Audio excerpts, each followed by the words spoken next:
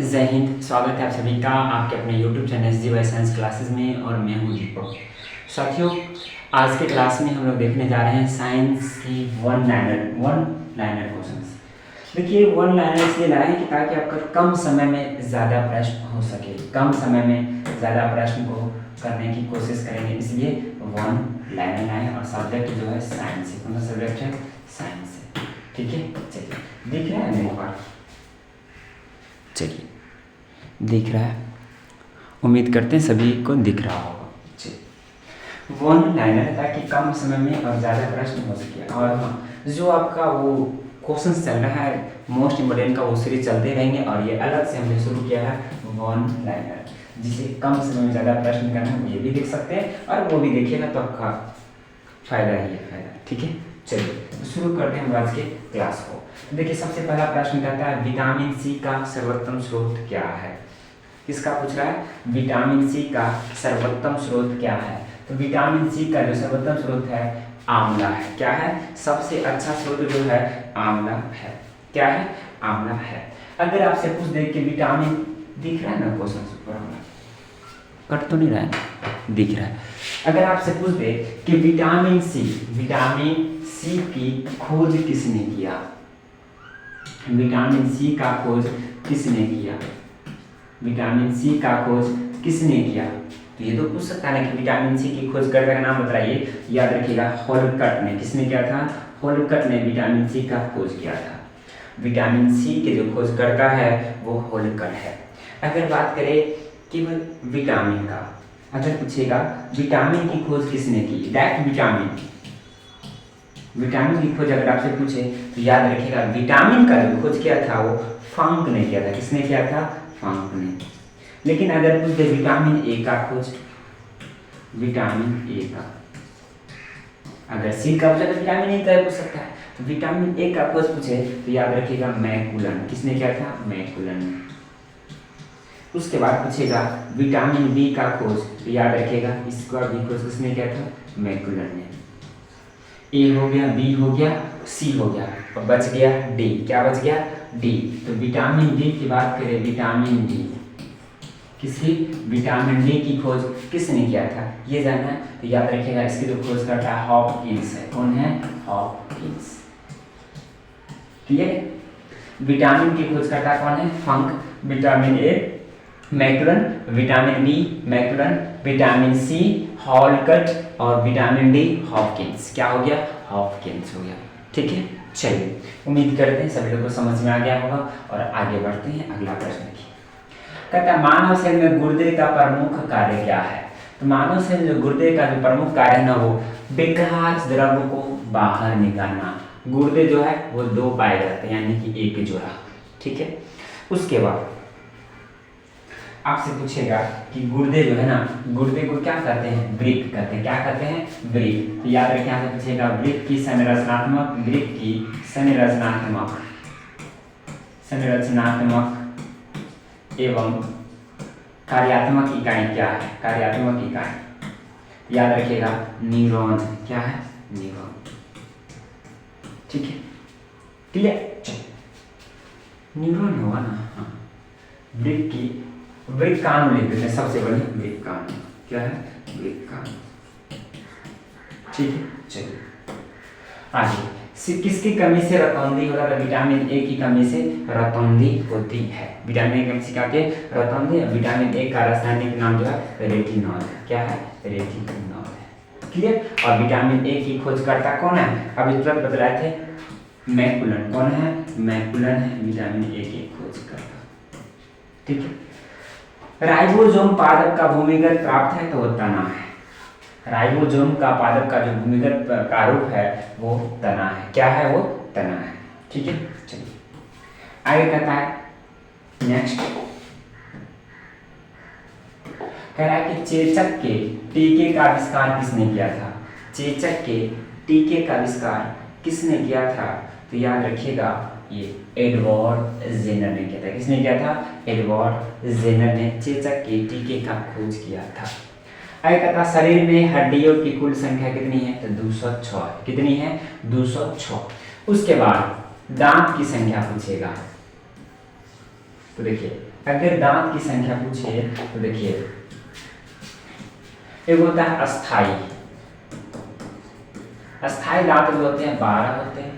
उसके बाद एक होता है अस्थाई, यानी कि 2 बार टूटता है।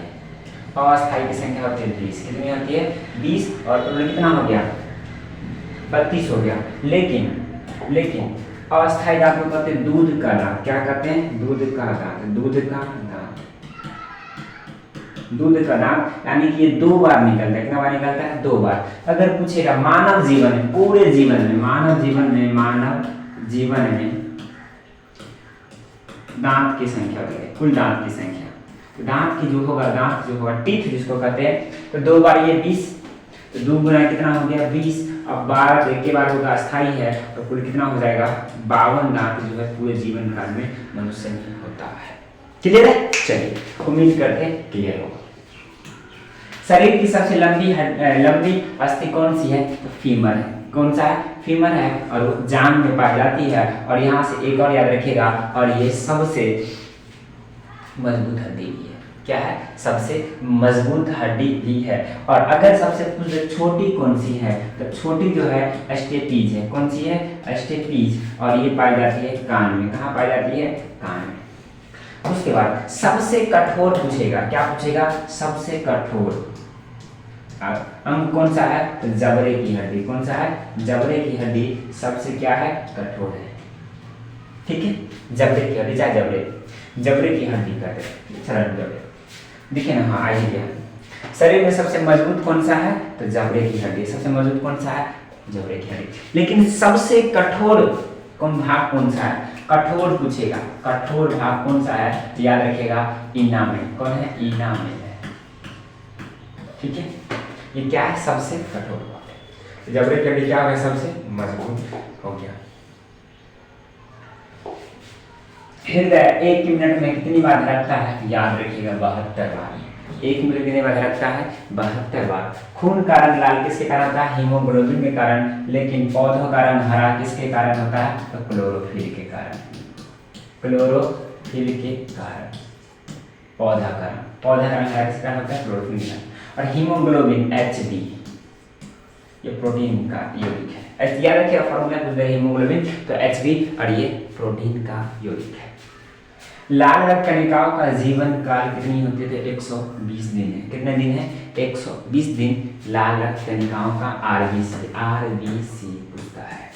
ठीक है, रुधिर को थक्का जमने से सहायक है, तो विटामिन के। कौन सा है? विटामिन के। विटामिन के जो है रुधिर के थक्का जमने में सहायक है। रुधिर का तरल भाग कौन सा है? प्लाज्मा है। कौन सा है? प्लाज्मा है। रक्त समूह में सर्वदाता सर्वग्राही कौन सा है? तो वो जो है सर्वदाता सभी को देता है, और सभी से लेने वाला कौन है? AB। कौन है? AB। क्लियर है? चलिए, उम्मीद करते हैं क्लियर होगा। आगे बढ़े, चलिए आगे बढ़ते हैं और अगला प्रश्न देखिए। पित्त उत्पन्न होता है यकृत में। पित्त जो उत्पन्न होता है यकृत में, स्वस्थ मनुष्य का रक्तचाप कितना होता है? 120/80 होता है। कितना होता है? 120/80। रक्त से अशुद्ध पदार्थों का अलग कौन करता है? वृक्क यानी किडनी करता है। और शरीर की सबसे बड़ी कोशिका कौन सा? तंत्रिका तंत्र, और ये मस्तिष्क में पाई जाती है। कहाँ पाई जाती है? मस्तिष्क में। और इसमें कोशिका विभाजन नहीं होता है। इसमें कोशिका विभाजन नहीं होता है, याद रखिएगा। क्या इसमें कोशिका विभाजन नहीं होता है? हाइड्रोफीलिया संबंधित है तो कुत्ते के काटने से रेबीज जिसको कहते हैं, रेबीज का टीका लेना पड़ता है, रेबीज का टीका। और ये हाइड्रोफोबिया होता है जिससे मस्तिष्क में संबंधित हो जाती है। अगर हाइड्रोफोबिया हो तो उसके बचने की संभावना है नहीं, वो तरफ के मर ही जाएगा। इसलिए जब भी कुत्ते काटे तो तुरंत आप रेबीज का वैक्सीन ले लीजिए, टीका ले लीजिए, तो आप बच सकते हैं। अगर हाइड्रोफोबिया हो गया तो आपको कोई भी नहीं बचा सकता है। ठीक है, चलिए। वायरोलॉजी संबंधित है जीवाणुओं के अध्ययन से। वायरोलॉजी किससे संबंधित है? जीवाणुओं के अध्ययन से। ठीक है, देखिए वायरोलॉजी संबंधित है जीवाणु बोलते थे, विषाणु। वायरोलॉजी किससे संबंधित है? विषाणुओं से। उसके बाद अंगूरों का अध्ययन पूछेगा। अंगूर का अध्ययन, अंगूर का जो अध्ययन है वो विटीकल्चर है। क्या अंगूर का अध्ययन? विटीकल्चर। क्लियर। अंगूरों का दिन क्या कहलाता है? विटिकल्चर। उसके बाद मत्स्य पालन, क्या है? मत्स्य पालन। मत्स्य पालन, मत्स्य पालन जो संबंधित है वो पीसी कल्चर से, किससे है? पीसी कल्चर से। किससे? पीसी कल्चर से। जो है ये पीसी कल्चर से मत्स्य पालन। उसके बाद रेशम कीट, रेशम कीट, रेशम कीट वो है सेरीकल्चर से संबंधित। किससे है? सेरीकल्चर से। किससे? सेरीकल्चर से। सेरीकल्चर से। किससे? रेशम कीट का पालन सेरीकल्चर से। उसके बाद मधुमक्खी, मधुमक्खी, मधुमक्खी पालन। मधुमक्खी जो है वो याद रखिएगा एपी कल्चर। कौन सा है? AP culture. AP culture, AP culture मधुमक्खी से, ठीक है। उसके बाद फ्लोरी कल्चर, फूलों की कृषि से। Floriculture, flori, floriculture, floriculture, floriculture फूलों से। किससे? फूलों की कृषि से। फूलों की कृषि से, फूलों की कृषि से। क्लियर है? चलिए उम्मीद करते हैं क्लियर होगा। आगे बढ़े, चलिए आगे। खून थक्का नहीं जानता है हीमोफीलिया में। हीमोफीलिया जब रोग में खून का थक्का नहीं जानता है और ये विटामिन के की कमी से होता है। विटामिन के की कमी से होता है। के की कमी से, ठीक है। ट्रेकोमा एवं ल्यूकोमा रोग संबंधित है आंख से। किससे संबंधित है? आंख से। ट्रेकोमा और ल्यूकोमा संबंधित है, ठीक है। चलिए प्लाज्मोडियम परजीवी है तो मलेरिया का। प्लाज्मोडियम किसका है? मलेरिया का। पॉजिट्रॉन किसका प्रतिकरण है? तो याद रखिएगा इलेक्ट्रॉन का। किसका है? इलेक्ट्रॉन का है। जरों के रूपांतरण का उदाहरण मूली, गाजर, शकरकंद, ये सभी क्या है? जरों के, ठीक है। तनों के रूपांतरण का आलू, अदरक, चाय। पूछेगा मूली किसका है? तो जर। मूली जर, गाजर शकरकंद जर। जबकि आलू, अदरक और प्याज ये क्या है? तने के रूपांतरण में। क्या है? तने के रूपांतरण। लौह की मात्रा सर्वाधिक होती है पालक की पत्तों में। और लौह को क्या कहते हैं? आयरन। क्या कहते हैं? आयरन। तो आयरन की कमी से कौन सा रोग होता है? आयरन की कमी से कौन सा रोग होता है? याद रखिएगा एनीमिया। आयरन की कमी से एनीमिया, ठीक है, समझे। आगे नेक्स्ट, स्वस्थ शरीर में खून की मात्रा होती है तो याद रखिएगा 5 से 6 लीटर। लेकिन शरीर के वजन का, यहाँ देखिए खून जो होता है, रक्त जो होता है, वजन का 7%, वजन का 7%। और खून में जो होता है जल जो होता है वो याद रखिएगा 65 से 80% होता है। नहीं समझे?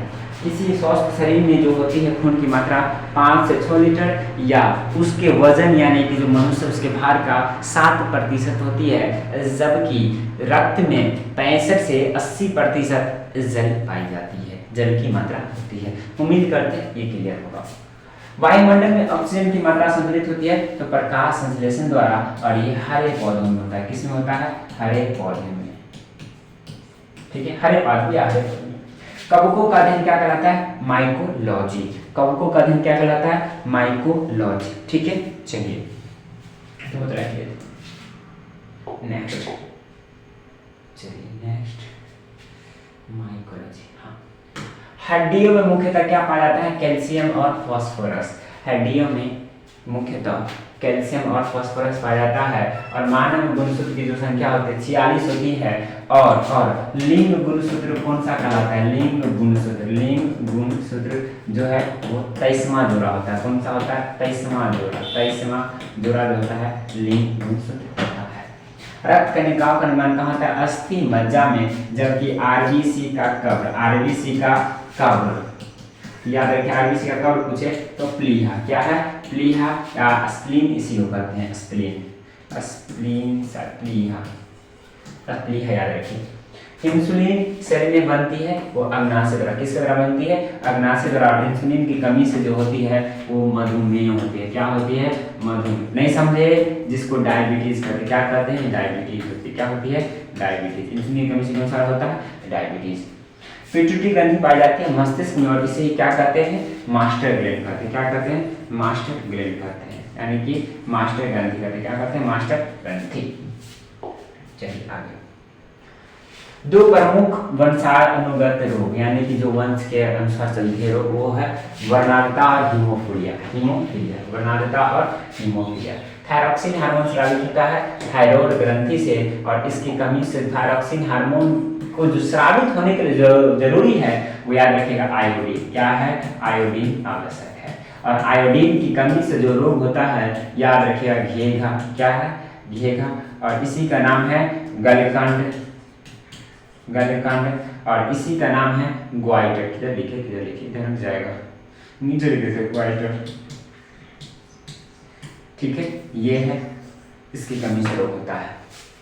मछलियां सांस लेती है गिल्स द्वारा। मछलियां किस द्वारा सांस लेती है? तो याद रखिएगा गिल्स के द्वारा मछलियां जो है वो सांस लेती है। किसके द्वारा लेती है भाई मेरे? गिल्स के द्वारा। क्लियर ना? आगे बढ़े। एक मिनट। मछलियां गिल्स के द्वारा सांसें लेती है।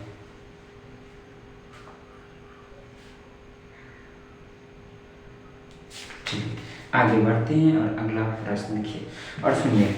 ये तो हो गया मछली का और कुछ का जान लेते हैं ना। मछली का हो गया। उसके बाद मनुष्य पूछेगा। किसका पूछेगा? मनुष्य का। याद रखें मनुष्य जो सांस लेते हैं फेफड़ा से। मनुष्य किससे सांस लेती है? फेफड़ा से। मनुष्य फेफड़ा से। पक्षी भी पूछेगा तो फेफड़ा से। मनुष्य फेफड़ा से, पक्षी फेफड़ा से, छिपकली ये भी फेफड़ा से। किससे लेती है? फेफड़ा से। यानी कि मनुष्य, पक्षी, मछली, मनुष्य, पक्षी, छिपकली ये फेफड़ा से। किससे? फेफड़ा से। उसके बाद मछली हो गया। तो मछली को किससे लेता है? गिल्स द्वारा। किसके द्वारा लेता है? गिल्स के द्वारा। लेकिन फिर आप मछली याद किए होंगे, लेकिन याद रखिएगा सांप भी जो है ना वो गिल्स द्वारा सांस लेती है। किसके द्वारा लेती है?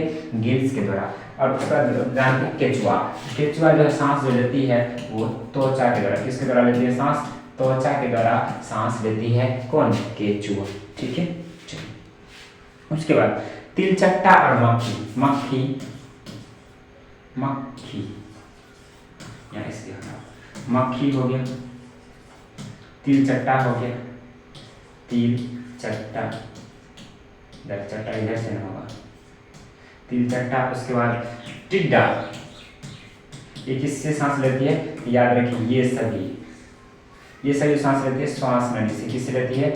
श्वास नली से सांस लेती है। ठीक है, चलिए आगे बढ़ते हैं।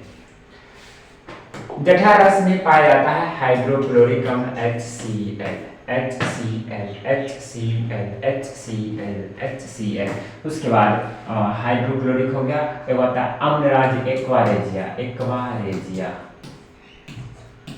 एक्वारेजिया में जो होता है अनुपात पूछेगा HCl अनुपात HNO3 का अनुपात कितना होता है?